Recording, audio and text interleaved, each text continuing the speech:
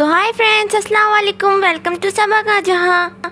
तो अब जब ये मैडम आई गई अपना जहान लेके, तो अब हम बता देते हैं कि इनके जहान में आजकल चल क्या रहा है। तो व्लॉग तो हमने देख लिया, काफ़ी मज़ेदार।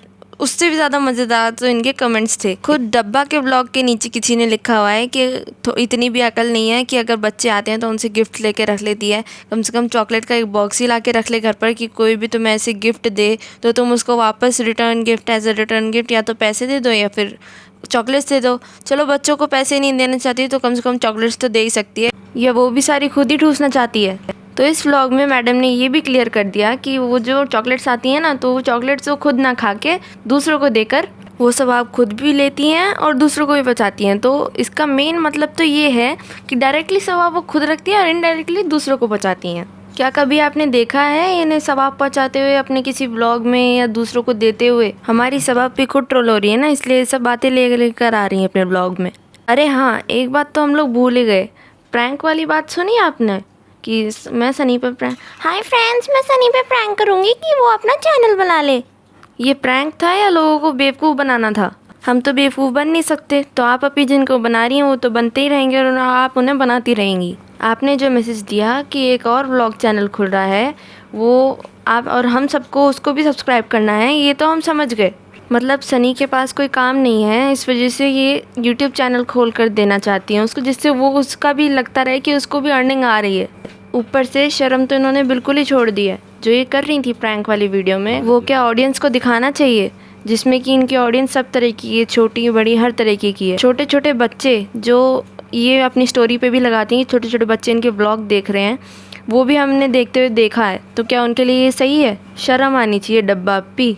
कल को इससे ज़्यादा भी करेंगी तो उसे भी स्टिकर लगा के दिखा देंगी, कह देंगी मैंने तो स्टिकर लगाया था ना फ्रेंड्स। शर्म करो, ये फैमिली व्लॉग चैनल है, इस पर आप बार बार लगातार इसी तरीके की चीज़ें दिखाएंगी तो वो डबल मीनिंग चैनल बन जाएगा, या उसी तरीके का चैनल बन जाएगा जैसे लोग देखते हैं, जो हम बोलना नहीं चाह रहे, लेकिन फिर वही लोग आएंगे कमेंट करने जो ऐसी चीज़ें देखते हैं, और ये फैमिली चैनल से कुछ और ही बन जाएगा।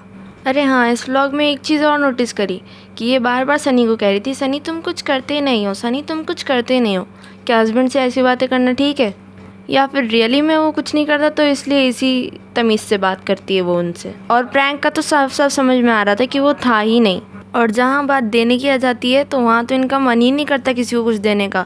बस सब जगह से लाओ लाओ लाओ, दुकान वालों से कपड़े लाओ, पर्स लाओ, बच्चों से चॉकलेट लाओ, और चाहे जितनी भी दुनिया जहान की चीज़ें हैं बस सब इनको ला ला के देते ही रहो। और उसका सबूत आप ऐसे भी देख सकते हैं कि जब हनीमून पर गई थी तो दिल्ली होते हुए गई थी, और जो ईद पर सूट पहना था वो वहीं दिल्ली का आया हुआ था। जो हनीमून पर चप्पल पहनी थी वो चप्पल तक दिल्ली से मिली थी इनको। अब देखिए इनका जो प्यारू है, वो जब आम बेटी खाला के यहाँ लेके जा रहे थे तो उनको भी मना कर, नहीं नहीं नहीं नहीं नहीं सनी इतने सारे मत दो, इतने सारे नहीं खाएंगी, हमारे लिए भी तो रखो, या सारे उन्हें दे दो, हम भी तो खाएंगे। आप देख तो रहे आजकल हम कितने बड़े हो रहे हैं। जैसे ही गिन के आई हैं कि आप बेटी खाला कितने आम खाती हैं। देने में हाथ नहीं खुलता मैडम का, लेकिन लेने के लिए हमेशा खुला रहता है, लाओ लाओ लाओ लाओ लाओ दे दो। अब बात करते हैं इनकी प्रैंक वाली वीडियो की बात।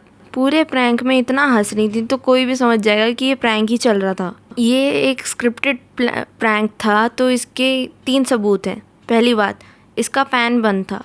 फ़ैन बंद होने का रीज़न ये खुद ही बताती हैं कि जब ये शूट करती हैं तो फ़ैन की वजह से बहुत ज़्यादा नॉइस आती है, और ये बात सनी को पता रहती है। और जब वो बाहर से पसीने में आया तो उसने फ़ैन ऑन नहीं किया, उसने सीधा एसी ऑन किया। जबकि नॉर्मली इंसान अगर बाहर से पसीने में से आ रहा है तो वो फ़ैन ऑन करेगा जिससे कि उसके पसीने सूखें। नंबर 2, जिस तरीके से वो दोनों हंस रहे थे इससे साफ पता चल रहा था कि ये स्क्रिप्टेड है, तभी इनको इतनी हंसी आ रही थी कि लास्ट में तो मना ही करना है, तो वो ऐसे नहीं तो ऐसे मना कर देंगे। तीसरी बात, सबा कभी भी सनी के सामने सर पर नहीं रखती, लेकिन इसमें रखा हुआ था, फ़ैन भी बंद था। इसका मतलब सनी को पहले से ही पता था कि कुछ तो रिकॉर्ड हो रहा है, और जब उन्हें पता चला कि सच में वो प्रैंक रिकॉर्ड कर रही तो वो ऐसे हंस रहे थे जैसे उन्हें पहले से ही पता हो। और सबसे टॉप का प्रूफ, जब इन्हें ये सब बातें चल रही थी कि अब हम फ्रेंड्स को बताएंगे, तो सनी ने ब्लॉग वाला फ़ोन ढूंढने की कोशिश की, लेकिन वो मिला नहीं उसको, क्योंकि ब्लॉग वाला फ़ोन तो लगा हुआ था। तो उन्होंने तुरंत ही उनका पर्सनल वाला फ़ोन उठा के उसमें शूट करना शुरू कर दिया, जबकि वो कभी भी उसमें शूट नहीं करती हैं। ऐसा था, और किसी का फ़ोन गायब हो जाए तो वो तो सबसे पहले फ़ोन ढूंढेगा या दूसरे फ़ोन में उठा के काम करना शुरू कर देगा। तो इतने सारे सबूत देके हमारी दीदी ने हमें ये तो जाहिर करवा दिया कि ये सब स्क्रिप्टेड था।